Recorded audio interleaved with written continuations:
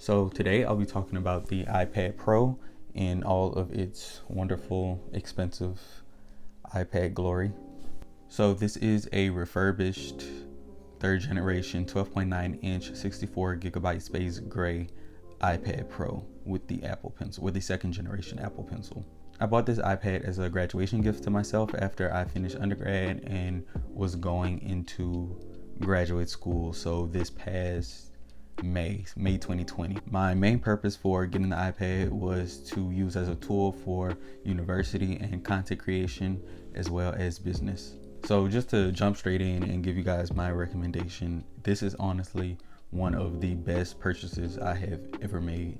I really love this iPad. I can honestly say this iPad has helped me organize my school, work, creator, and business life, and really helped me streamline my daily activities, which is really what I was looking for.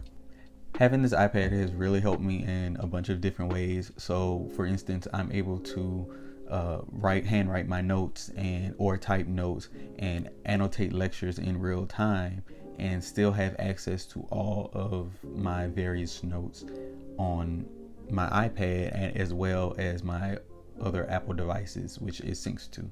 I can easily draw and design in applications such as Procreate and then seamlessly switch to other applications like Photoshop or Lightroom, which is honestly a big help. If you do decide to get an iPad, I highly suggest getting the Apple Pencil as well. It's about $150, I believe, for the second generation, and it is on the expensive side, of course, but I really think it made all of the difference between making the iPad just a tablet and a truly inclusive device that can be used in multiple ways. So currently I don't have like a keyboard attachment or anything to my iPad, but I do think it would be of good use if I don't have my MacBook or something, or if I just need to quickly type up notes in, let's say, Notion or Word or anything like that. It would definitely be helpful. But I mainly use it for handwriting and drawing and things like that. But I may add a keyboard attachment later just to see how I like it. A lot of people think that getting an iPad will increase productivity and elevate their lives in some way. And I do sort of agree with that, because I do think it's an amazing tool to use that clearly I use myself. And I do think my productivity has increased since I've got it. One thing to remember and always keep in mind is that this iPad is just another tool. The thing that makes you productive is yourself. You have to actively choose and make decisions that allow you to work smarter and more efficiently, and find ways to use the tools at your disposal to work for you, if you see what I'm saying. Some of the ways that I use the iPad to really boost my productivity is that I pretty much strictly use it for my school, content creation, business, or work. So the applications that I have on here are directly correlated to what I need to do in one of those parts of my life. So I have GoodNotes for school, I have Notion for school and whatever else. I have my language learning apps. I have Word, I have things like that. I have Word, my calendars, and Procreate, Photoshop, Lightroom, things like that. But what I try to completely avoid is things that can be easily distracting. So I have no social media on my iPad. I do not use it for that, so I don't want it on there. I do have Netflix on here, but sometimes you just want to relax, and the iPad is really great for viewing TV shows and streaming, things like that.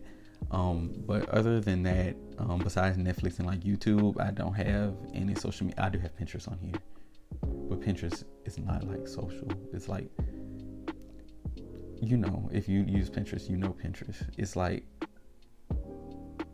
the perfect balance. I'm not actually social on Pinterest. I just use it for ideas.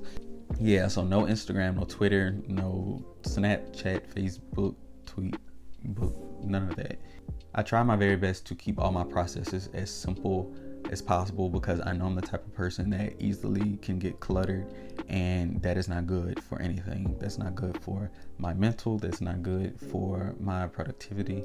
Everything goes downhill and I tend to get overwhelmed. So what I do is I keep everything as simplified as possible. So I only use few apps that I really think work for me. So for instance, I use GoodNotes 5 for my handwriting and lecture annotation, and whatever else I need to write down. And then when I'm really streamlining my notes and doing and studying, like using active recall, spaced repetition, things like that, I use Notion, or I'm trying to implement more spaced repetition. So I would like to find an app that's good for that. I hear things like Anki and Rimnote and stuff like that. But if anybody has any type of suggestion, please feel free to leave it to me, because it's a lot of applications out there and it gets to be a lot. I pretty much just minimize the amount of applications that I have to use, and all of my documents and things like that, I try to keep as organized as possible and keep everything in their respective folders and applications so I can easily access them, but it's not just jumbled everywhere, because I will go crazy.